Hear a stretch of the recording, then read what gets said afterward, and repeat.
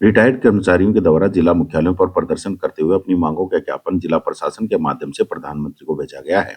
Retired कर्मचारियों का कहना है कि केंद्र सरकार के द्वारा वित्त विधेयक 2025 में रिटायर्ड कर्मचारियों को 8वें वेतन आयोग में दिए जाने वाली सुविधाओं को कम किया गया है। साथ ही उनको मिलने वाले भत्तों को भी सरकार बंद कर रही है।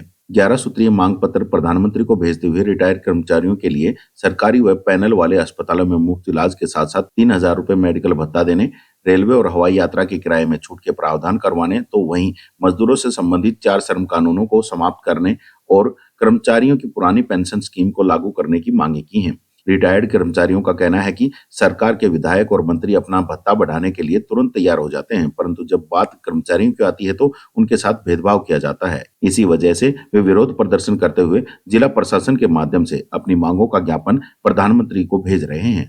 8वें पे कमीशन की जो 2025 का विधेयक पेंशन विधेयक पारित किया है, उसमें पेंशनरों की सुविधा कम कर दी गई है। उनके डीए वगैरह और जो भत्ते हैं उनको बंद करने जा रही है सरकार।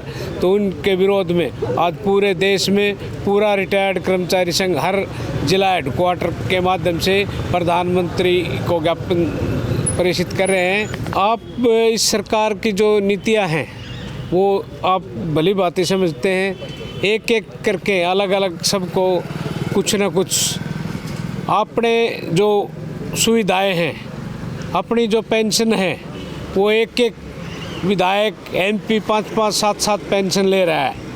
और जो रिटायर्ड कर्मचारी लगभग सारी जवानी अपनी विभाग में सेवा करते हुए दी और आज उनकी इस पेंशन की कटौती करने जारी है। इसमें हम सरकार को चेतावनी देना चाहते हैं।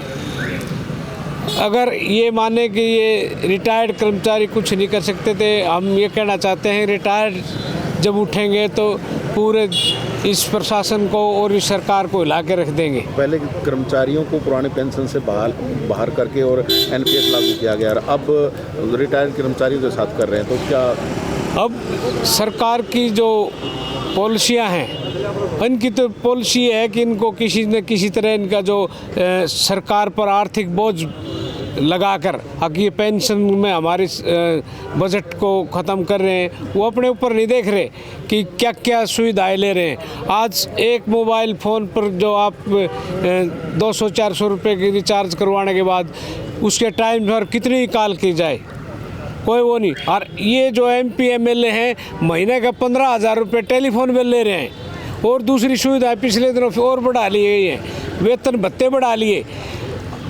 कर्मचारियों का 8वां पे कमीशन है और इनका कम से कम 14 कमीशन हो लिए MLA MPs के।